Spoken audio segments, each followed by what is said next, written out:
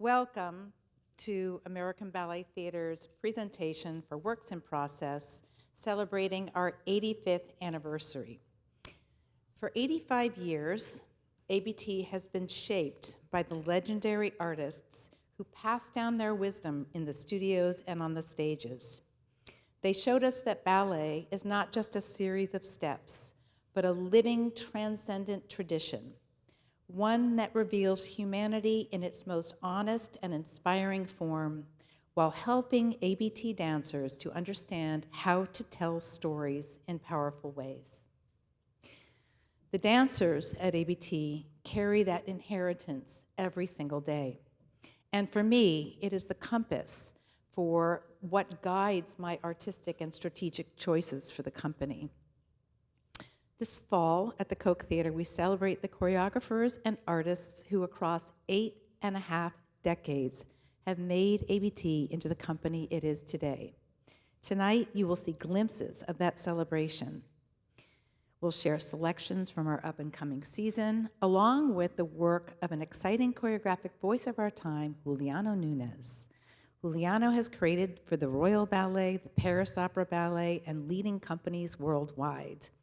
He is known for his fresh, fluid style that bridges classical discipline with contemporary sensibilities.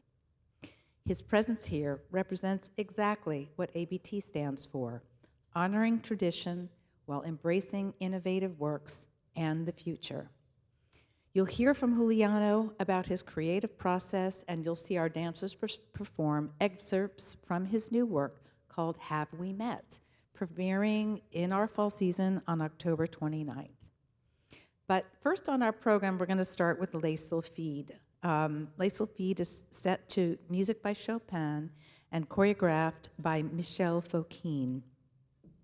This ballet was on ABT's very first performance on January 11th, 1940, at the Center Theater here in New York.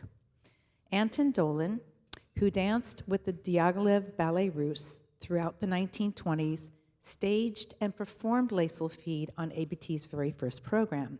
However, it was Mikhail Romanov, his restaging in 1941, that gave the work the unmistakable authenticity of the Ballet Russe that Lucia Chase, our founder, was searching for. Romanov not only brought out the steps, but also the Russian style, the port-de-bras, the atmosphere, and the reverence for Fangqi's choreography. For Lucia, this staging connected ballet theater directly to the Ballet Russe, and for years, Les Sylphides became one of the company's signature pieces. Another thing to note about this is that Lucia actually performed in Les Sylphides on that opening night program, and she also performed it for many years, and she danced the prelude in this ballet. So tonight, you'll get to see the beautiful Christine Shevchenko and Calvin Royal III dance the pas de deux from Les Sylphides.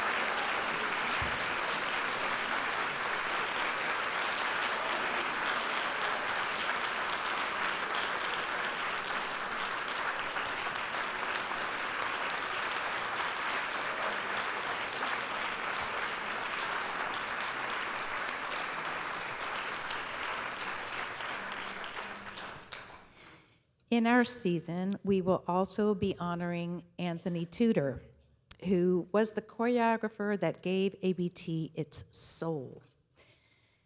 His work was also on the very first performance on January 11th, and 3 of his works were performed next to Les Sylphides. He created 11 ballets for the company, and he pioneered ballet as a theater of emotion and psychology.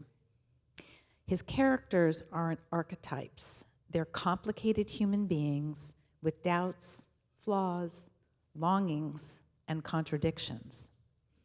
His ballets earned the company a reputation for dramatic integrity, distinguishing it from other classical troupes that were mostly just classical works. Anthony Tudor is best known for his ballets of deep psychology and emotion, ballets like Pillar of Fire, Jardin aux Lilas. But in Gala Performance, which was originally created in 1938 for London Ballet and later staged for Ballet Theatre in 1941, was his only true comedy. Here in Gala Performance, he spoofs the ballet world itself through 3 caricatures: the prima donna, which is the Russian ballerina, the nervous, young, and hopeful ballerina, which is the French, and the visiting international guest artist star, which is the Italian ballerina. Even in satire, Tudor insists on truth, revealing vanity, ambition, and insecurity with wit and humanity. And we will see more about those characters a bit later. Tonight's excerpt of Gala Performance will be danced by Skylar, Brandt as the Russian, Chloe Misseldine as the Italian, and Léa Fleytoux as the French ballerina. We will also be dancing in our season Rodeo by Agnes DeMille.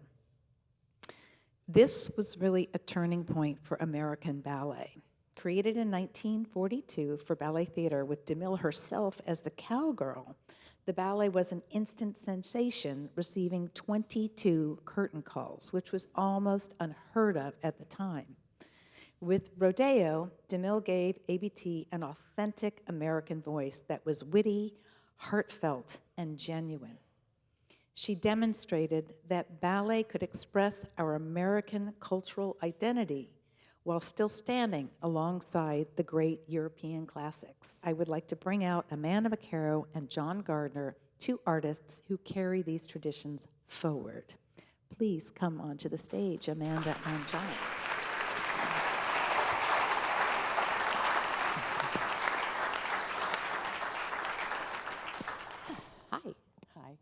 So Amanda, she was the first American to win the gold medal in Moscow. Yeah, long time ago. And she was a principal dancer for 18 years with ABT, beloved for her lyricism and honesty. And John Gardner was a soloist with ABT and danced for us for 14 years, performing everything from classics to Tudor to DeMille to Tharp. Together, and actually Amanda is the inheritor of the trust. She's the sole trustee of the Tudor Trust. But between the 2 of them, they are a living bridge as repetitors of the Tudor Trust and of DeMille works, interpreters in their day, and now coaches who pass on works to these new generations. Tonight, they'll share some insights from Rodeo and Gala Performance. And I just have a few questions for you, and also I'd love for you to elaborate. Well, you will while we're seeing some of the excerpts. So Tudor was often called the choreographer who gave ABT its soul. What was it like to perform in his works, and what makes him so powerful for dancers and audiences? Well, I think the thing that resonates the most with me is the amount of emotion that he put into the movement itself. And we were always encouraged as dancers. He didn't say much. He was a man of few words. He didn't explain himself. He didn't give you a lot of details, as you know. But he insisted that we approach the work physically And a lot of times it was very uncomfortable, most of the times, very uncomfortable and awkward. And he never wanted us to smooth that out. He wanted us to keep trying and keep digging deeper physically. And the thing that has fascinated me as a dancer, but even more as a stager and a coach, is the emotion that he was trying to convey is actually in the physicality. And if you don't try to put an emotion on the movement too soon, then you actually start to feel it, whatever it is, however uncomfortable it is. You have an interesting way of talking about it.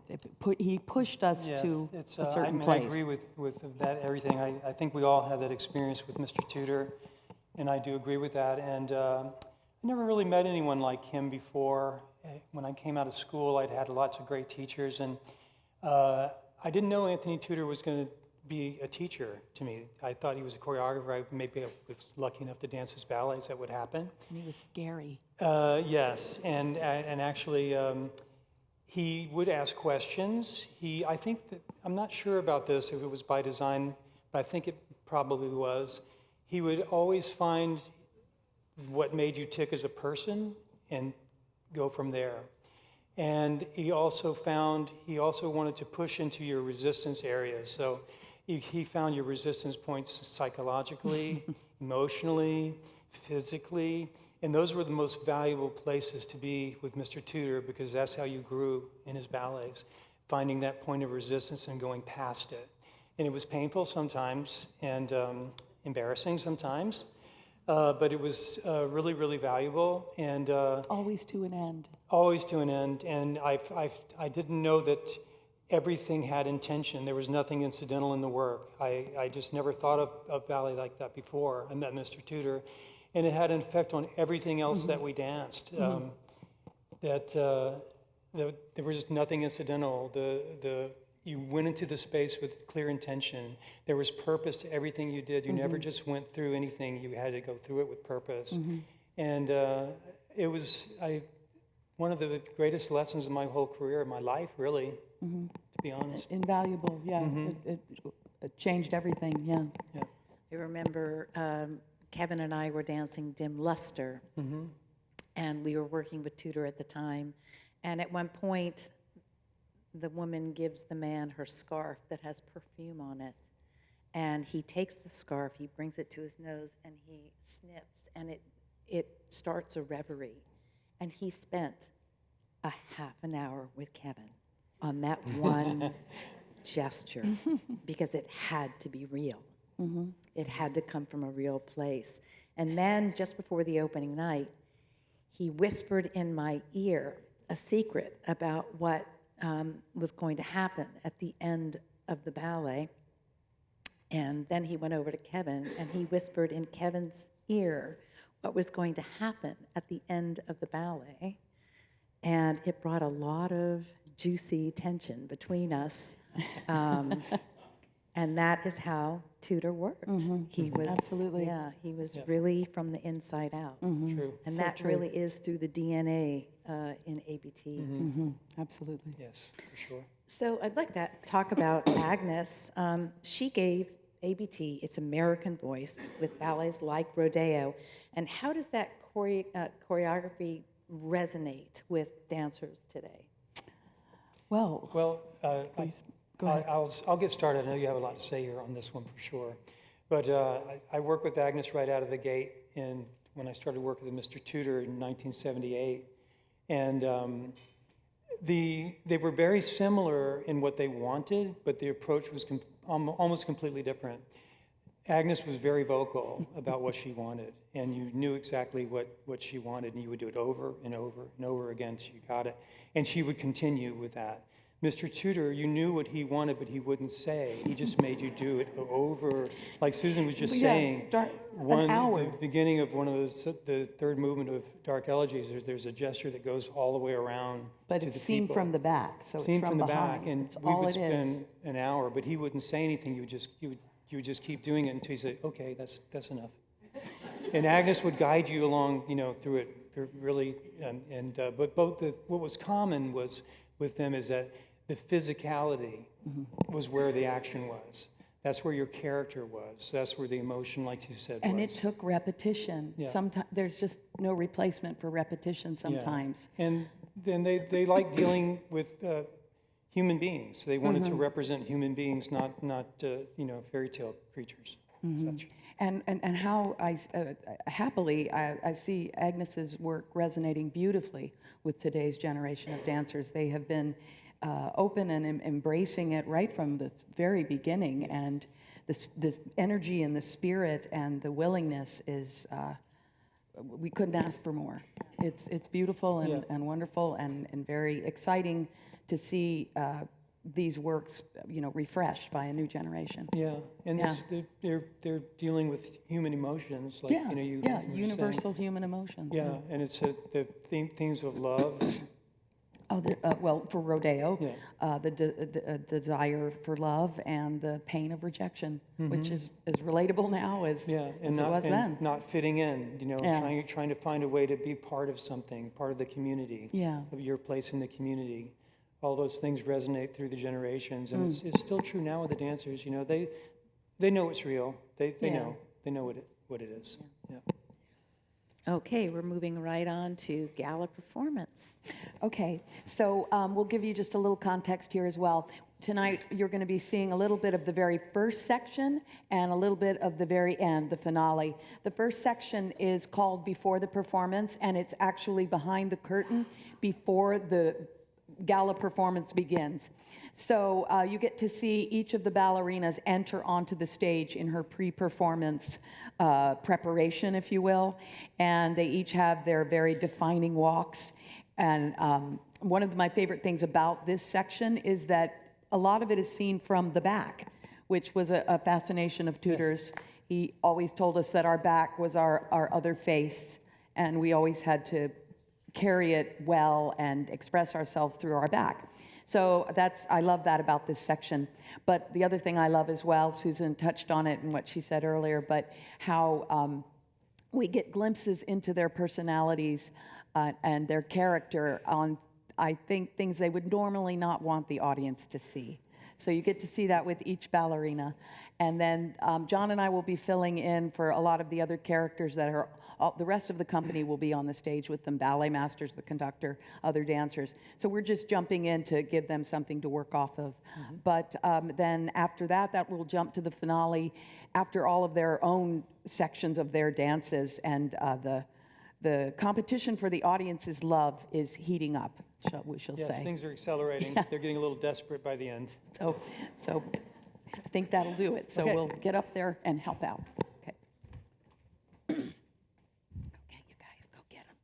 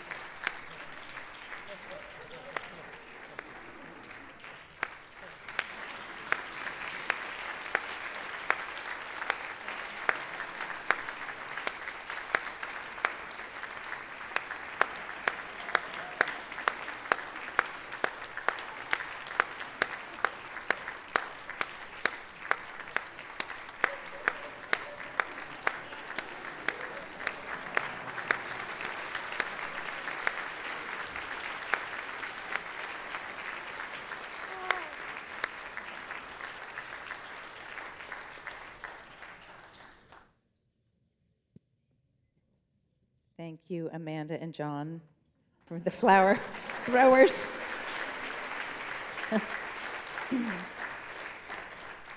So just want to talk a little bit about our classical tradition. As we celebrate these choreographers, we really reaffirm why ABT, the classical tradition, is the heart of ABT.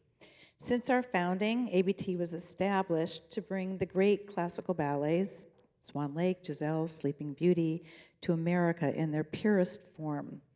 These masterpieces link us directly to Petipa, Fokine, and the Ballet Russe. It is essential, however, to distinguish this tradition from the brilliant neoclassical works of George Balanchine and Jerome Robbins, which focus on shorter, abstract, and often plotless ballets. They're called neoclassical works. Both genres are vital to our art form, but each belongs to its own tradition.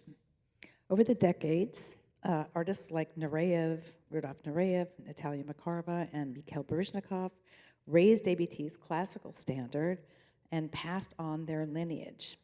Today, that tradition continues with Irina Kolpakova, one of the great Kirov ballerinas who still coaches our dancers, as well as our directors of rep who were influenced by the legends of the past, either directly or through their predecessors.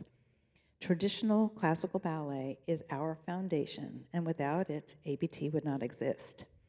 I'd also like to emphasize that ABT also upholds the great dramatic works like Romeo and Juliet, Manon, Onegin. ABT's dancers are celebrated worldwide, not only for their virtuosity, but also for their capacity to move audiences through story and emotion.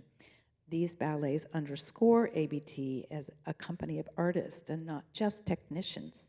However, due to time constraints, we're not going to present any of those works right now. So tonight we will see Bluebird Pas de Deux, which is from Sleeping Beauty, Act 3, and it will be just the Adagio, performed by Carlos Gonzalez and Léa Fleytoux.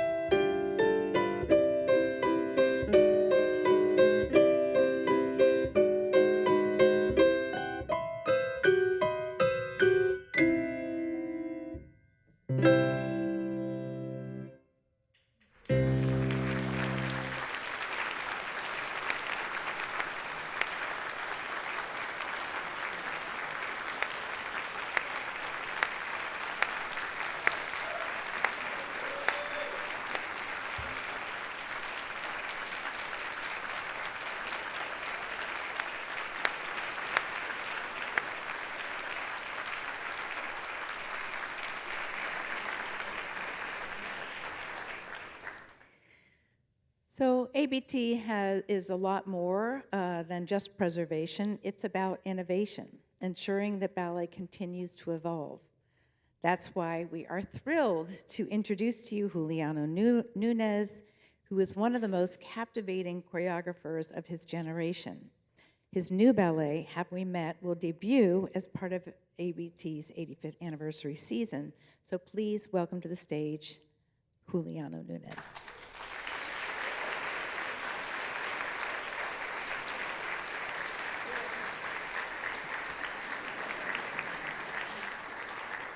You snuck up on me. So we're so excited to have your work here with us, and walking by the studios and seeing the dancers do unbelievable things, things I didn't know they could do, has been really inspiring. And I'd just like to ask you to share with us something about Have We Met? Hello. Hi, good evening, everyone.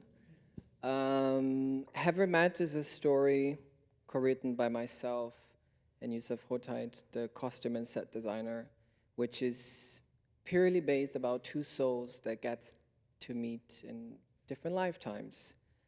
You either believe it or not in other lifetimes, or you have had the privilege to meet somebody where you understand and have the feeling that you have met in another life, and you don't understand why the connection is so pure and vivid. So Have We Met is a story of two souls that gets to meet twice. Once in 1928 in Brooklyn, at I don't know which street it is, but you're able to see the Manhattan Bridge from there. So they meet underneath the Manhattan Bridge in I always get confused with the numbers, 1928, as Rose and Julian, which is a lifetime that unfortunately doesn't align itself and it doesn't feel correct. It's not a time to walk in alignment. So they get to meet in 2038 at the Brooklyn Bridge. And it's basically a mirror about meeting in different lifetimes, or going through layers of lifetimes where you almost have to walk different lifetimes to arrive at the level where you are able to walk without any obstacles or any disconnection, or just purely in alignment. So really playing between, you can call it in many ways, the tragedy and the happiness, or the darkness and the lightness, or the colorful and the darkness, or the memory and the future. So everything somehow creates alignment to us to think that we are quite present today in today's time, and to see something that brings you back into a memory that it's almost like not colorful, but bringing you to the future, to a memory that is not lived yet, but it brings a lot of color to your imagination. So it's a mirror of a lot of things, and the process has been quite incredible. I don't know, every day shows a new opportunity to be creative, even for thoughts or conversation, like this conversation right now. That's creativity. Like you have to be creative to form your words. So, yeah, I lost track of thought. Well, we're just so excited. The dancers are so excited to work with you, and I'd love for the audience to see your beautiful pas de deux. Yes. So let's have them come out and perform for us.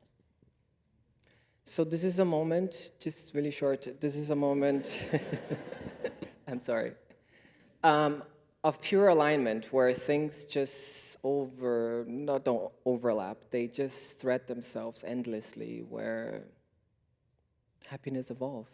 Yeah.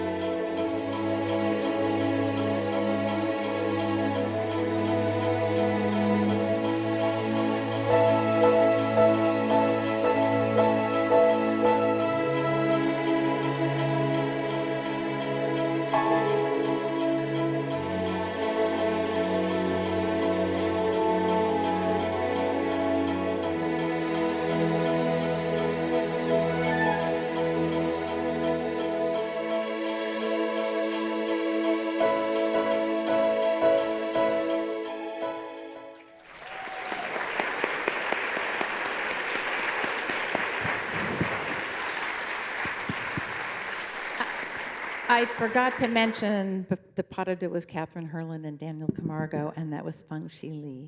And Juliano is going to work just for a few minutes with Fangqi, and the program will be over.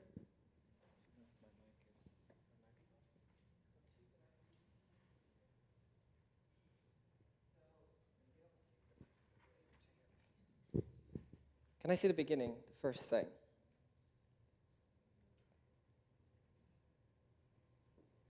Nice. Now invite us into your fun thought of saying no, no.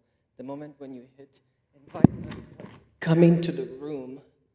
When you go and da, da, da, da, coming into the room, bum, bum, bum, far, Nice. Also embrace the floor as you jump, as when you arrive, so you don't resist the floor, you arrive to bounce out. Yes. And lick the coupe up.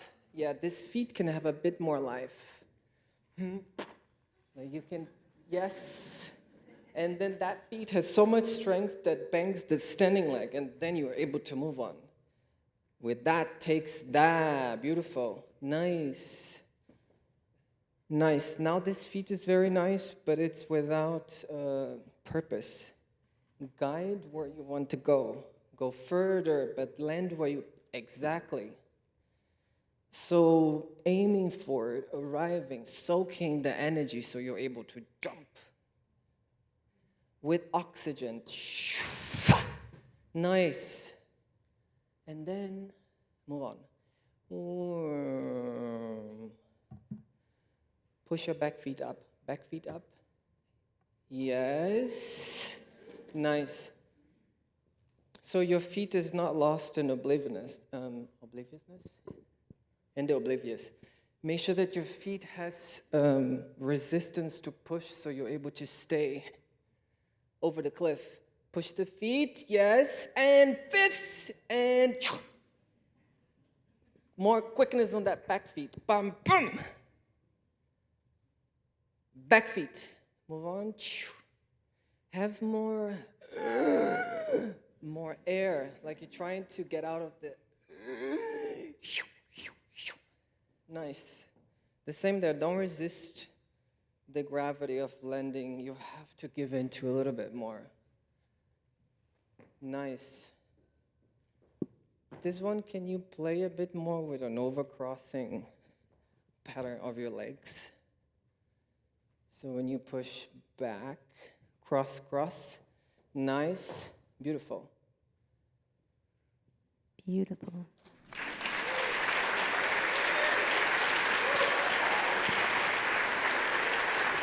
Thank you, Juliano. Thank you, dancers. Thank you, Evangelos. Please come to see our Coke season starting October 15th until November 1st. And thank you for coming here to see a glimpse into ABT and who we have been and who we are becoming. Thank you so much.